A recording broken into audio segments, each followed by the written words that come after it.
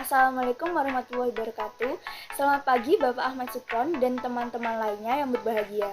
Marilah kita panjatkan puji syukur kepada Allah Subhanahu wa taala karena telah memberikan rahmat kesehatan dan keselamatan sehingga kita dapat melakukan presentasi pada hari ini. Adapun judul yang akan kami presentasikan adalah Bahasa Indonesia yang Baik dan Benar. Indonesia merupakan negara yang terdiri dari berbagai bahasa. Bahasa Indonesia merupakan bahasa utama yang digunakan, juga merupakan bahasa yang resmi. Setiap warga negara seharusnya menggunakan bahasa Indonesia yang baik dan benar sebagai modal atau dasar yang mempermudah kegiatan berkomunikasi. Sebagai seorang warga negara, tentunya kita tahu bahwa bahasa adalah aspek penting dalam kehidupan bernegara. Dengan menggunakan bahasa Indonesia akan membuat kita lebih sopan dan formal, apalagi saat berbicara dengan guru atau orang yang lebih tua. Kebanyakan kaum milenial seperti kita terkadang hanya paham mengenai beberapa kata dalam bahasa Indonesia. Dengan bertambah majunya teknologi sekarang ini, mengakibatkan wawasan akan bahasa Indonesia pada kaum milenial bertambah, tetapi belum tentu benar. Kebanyakan sekedar berbicara tanpa mengerti tata krama dan sopan santun.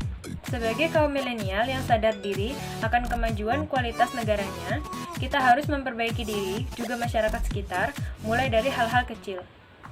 Kita perlu berbahasa Indonesia yang baik dan benar, agar apa yang kita bicarakan digunakan sebagai acuan bagi mereka yang kurang mampu menggunakan bahasa Indonesia yang baik dan benar. Tak hanya di kampus maupun lingkungan sekolah, berbahasa Indonesia yang baik dan benar di sosial media juga tak kalah penting. Karena sosial media adalah platform yang luas dan digunakan oleh banyak orang di berbagai daerah di Indonesia. Menggunakan bahasa yang baik dan benar saat berkomentar supaya tidak menyinggung orang lain dan mengakibatkan pertengkaran. Seperti yang kita ketahui, banyak oknum yang berkomentar dengan bahasa yang tidak baik atau tidak sopan di sosial media seperti menyinggung atau melecehkan. Hal tersebut bukan hanya membuat seseorang sedih atau marah, namun juga bisa membuat trauma.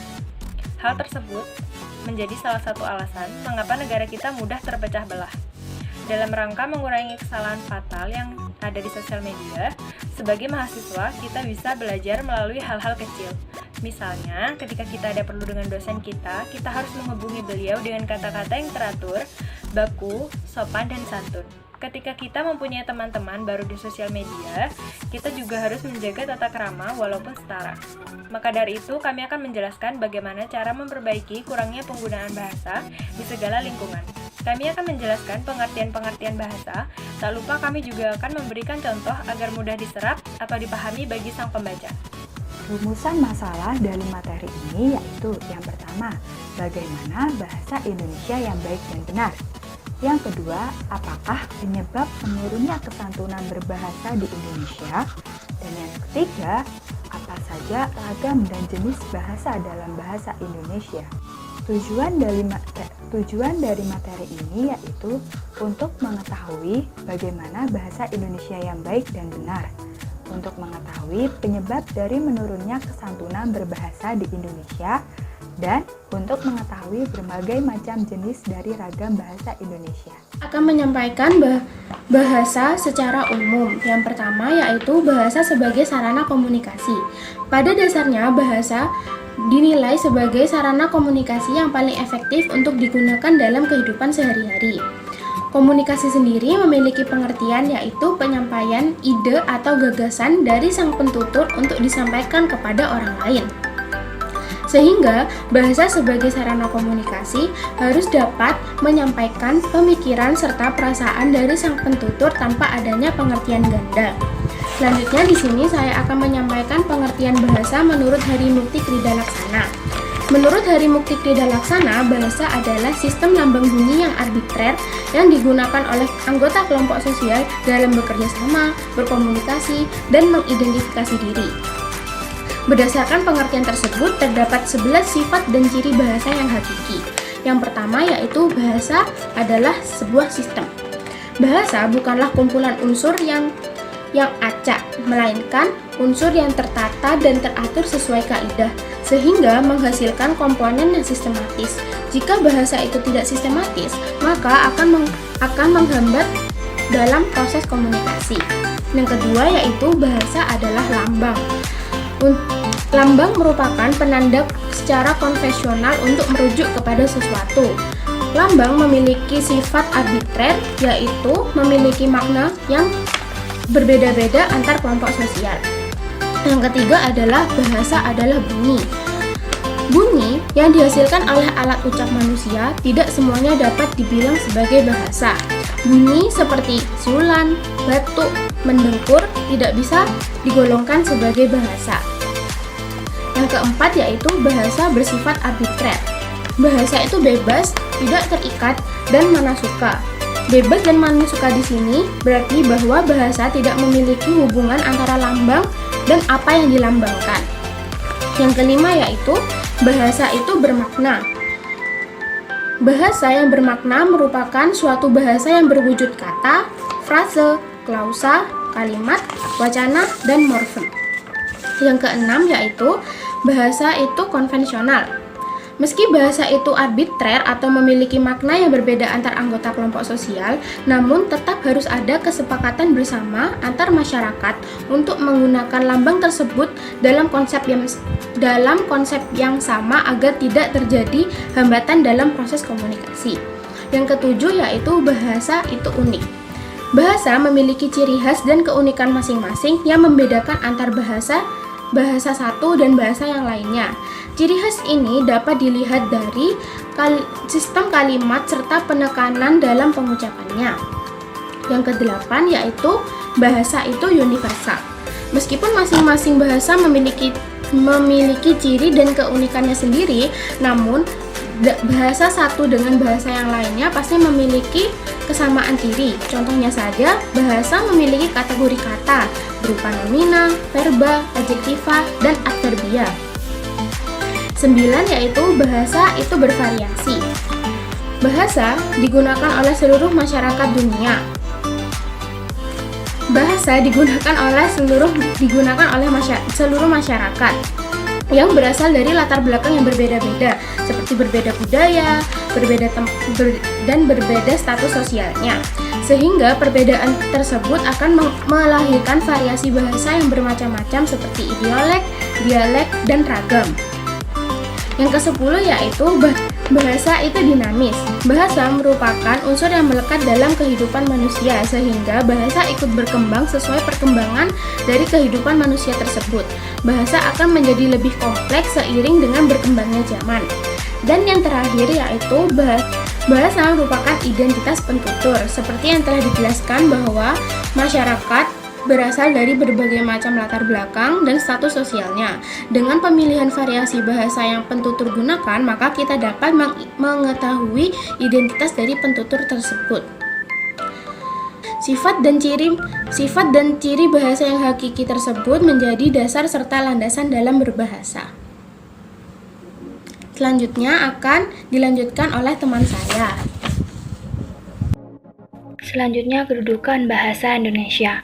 Bahasa Indonesia memiliki kedudukan yang sangat penting karena bahasa Indonesia sebagai bahasa nasional dan bahasa resmi negara yang memiliki fungsi yang beragam. Salah satu fungsi bahasa Indonesia sebagai bahasa nasional adalah sebagai penghubung antar daerah yang memiliki bahasa yang berbeda. Fungsi bahasa Indonesia sebagai bahasa resmi adalah salah satunya sebagai bahasa di dalam pendidikan dan sebagai bahasa pada surat-surat dan dokumen-dokumen yang berkaitan dengan kenegaraan. Ragam bahasa dibagi menjadi 4, yaitu 1 ragam lisan, 2 ragam tulisan, 3 ragam baku, dan yang keempat ragam tidak baku. Ragam lisan adalah ragam bahasa yang dilakukan secara langsung. Ciri-cirinya adalah 1. Gramatikal tidak lengkap, tidak terikat PUB, terikat ruang dan waktu, memerlukan orang lain atau lawan bicara, adanya mimik wajah yang ditunjukkan, dan intonasi suara yang diperlukan. Contoh ragam bahasa lisan: 1. Ceramah atau pidato, 2. Bertelepon, dan 3. Diskusi. Ragam tulis adalah ragam bahasa yang dilakukan secara tidak langsung, yang tidak memerlukan pihak lain atau lawan bicara. Ciri-ciri ragam bahasa tulis adalah 1. Memerlukan gramatikal, menggunakan EYD, menggunakan PUB, tidak terikat ruang dan waktu, dan tidak adanya mimik wajah ataupun intonasi suara. Contoh ragam bahasa tulis yaitu teks pidato, majalah, dan surat. Ragam baku merupakan standar bahasa Indonesia yang baik dan benar, serta diakui dan juga digunakan pada saat acara resmi. Ragam tidak baku adalah ragam bahasa yang ditandai dengan ciri-ciri yang menyimpang dari norma ragam baku. Ragam tidak baku digunakan pada saat acara tidak resmi, namun penggunaannya menyesuaikan situasi. Selanjutnya adalah bahasa Indonesia yang baik dan benar. Bahasa Indonesia yang baik mengacu pada konteks situasi. Dalam kehidupan sehari-hari terdapat berbagai situasi. Contohnya situasi formal dan situasi informal. Nah, dalam hal ini kita harus bisa menyesuaikan bahasa dengan situasi yang ada. Seperti contohnya, pada saat menghadiri acara resmi, kita bisa menggunakan bahasa formal. Lalu pada acara tidak resmi atau santai, kita bisa menggunakan bahasa informal. Lalu selanjutnya, bahasa Indonesia yang benar adalah menggunakan bahasa Indonesia sesuai dengan kaidah tata bahasa baku yang wajib digunakan dalam konteks resmi. Yang dipakai dalam bahasa Indonesia adalah kata yang tepat dan serasi serta baku. Tata bahasa standar mengacu pada EYD, kata dan pilihan kata, kalimat dan kalimat yang efektif. Oleh karena itu, menggunakan bahasa Indonesia yang baik dan benar adalah dengan menggunakannya sesuai dengan konteks dan mempertimbangkan objektif kaidah bahasa untuk memenuhi syarat kaidah tata bahasa baku bahasa Indonesia yang baik dan benar. Konsep kesantunan berbahasa. Setiap bahasa memiliki etika kesantunan. Kita sebagai pengguna bahasa dihadapkan pada dua kaidah, yaitu kaidah linguistik dan juga kaidah kesantunan. Menurut Fraser, dalam Rahadi tahun 2005, dikatakan ada 4 pandangan untuk memahami kesantunan dalam berbahasa. Yang pertama yaitu kesantunan berkaitan dengan norma. Yang kedua, kesantunan sesuai dengan maksim percakapan atau prinsip percakapan yang digunakan atau sebagai upaya untuk menyelamatkan muka atau tidak mempermalukan orang lain. Yang ketiga, kesantunan digunakan untuk alat terpenuhinya sebuah konversasional kontrak. Yang terakhir, kesantunan berhubungan dengan penelitian sosiolinguistik yang berhubungan langsung pada pandangan masyarakat dan honorific dan juga style of speaking. Dikatakan Nietzsche pada tahun 1993, terdapat 6 maksim yang mengatur tentang kesantunan dan berbahasa. Yang pertama yaitu maksim kebijaksanaan, maksim kesederhanaan, maksim penghargaan, maksim kedermawanan, maksim mufakat, dan yang terakhir adalah maksim kesimpatisan. Macam-macam maksim kebahasaan. Yang pertama yaitu maksim kebijaksanaan. Apa sih yang dimaksud dengan maksim kebijaksanaan itu? Maksim kebijaksanaan adalah bahwa para peserta hendaknya berpegang pada prinsip untuk selalu meminimalkan keuntungan dirinya sendiri dan memaksimalkan keuntungan pihak lain ketika bertutur. Contohnya, ketika saya berperan sebagai tuan rumah, saya mengatakan kepada tamu saya, "Silakan makan saja dulu, Nak. Kami semua sudah mendahului." Tamu saya berkata, "Wah, saya jadi tidak enak." Dalam pertuturan yang saya sampaikan, nampak jelas bahwa sang pemilik rumah sangat memaksimalkan keuntungan sang tamu. Lazimnya, kegiatan pertuturan semacam itu sering terjadi di kalangan masyarakat di pedesaan. Karena di pedesaan itu umumnya sangat menghargai tamu. B. Maksim kedermawanan. Maksim kedermawanan memegang prinsip berikan keuntungan diri sendiri sekecil-kecilnya dan berikan keuntungan untuk orang lain sebesar-besarnya. Dalam maksim tersebut, kita diajarkan untuk tidak mementingkan diri sendiri. Dengan demikian, sifat egois merupakan sikap yang melanggar maksim kedermawanan. Jika seseorang meminjam barang milik kita, misalnya alat tulis, berikanlah keuntungan untuk tidak membuatnya menghampiri kita, tetapi kita antar barang tersebut. Dalam konteks budaya Indonesia, sikap tersebut adalah sikap menguntungkan orang lain. Misalnya, saat ada orang ingin menolong kita atau membutuhkan bantuan kita merespon dengan baik. Tuturan santun ditujukan untuk memberikan penawaran yang lebih menguntungkan orang lain. Contohnya, anak kos A, mari saya cucikan baju kotormu, pakaianku tidak banyak. Anak kos B, tidak usah mbak, nanti siang saya akan mencuci juga kok. C. Maksim penghargaan. Maksim penghargaan mengacu pada tuturan memuji atau menunjukkan sikap menghargai orang lain atas sekecil apapun yang dilakukan atau upayanya dalam melibatkan diri peserta pertuturan untuk memaksimalkan rasa hormat dan menghargai kepada orang lain. Dalam ekspresi konatif menunjukkan penghargaan dan meminimalkan rasa tidak hormat. Hal tersebut dapat diamati pada pertuturan berikut. Contoh, dosen A, Pak, aku tadi sudah memulai kuliah perdana untuk kelas bisnis English. Dosen B, oh ya, aku mendengar bahasa Inggrismu jelas sekali dari sini. Dalam kehidupan sehari-hari, kita harus menunjukkan dukungan yang merupakan indikator simpati dan empati. Hal tersebut menunjukkan nilai rasa kita terhadap sesama.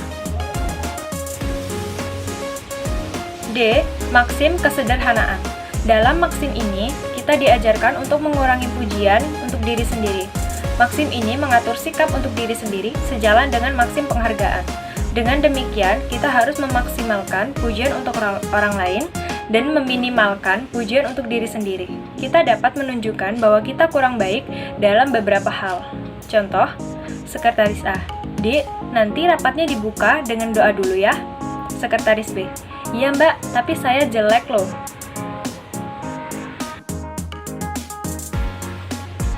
E. Maksim pemufakatan.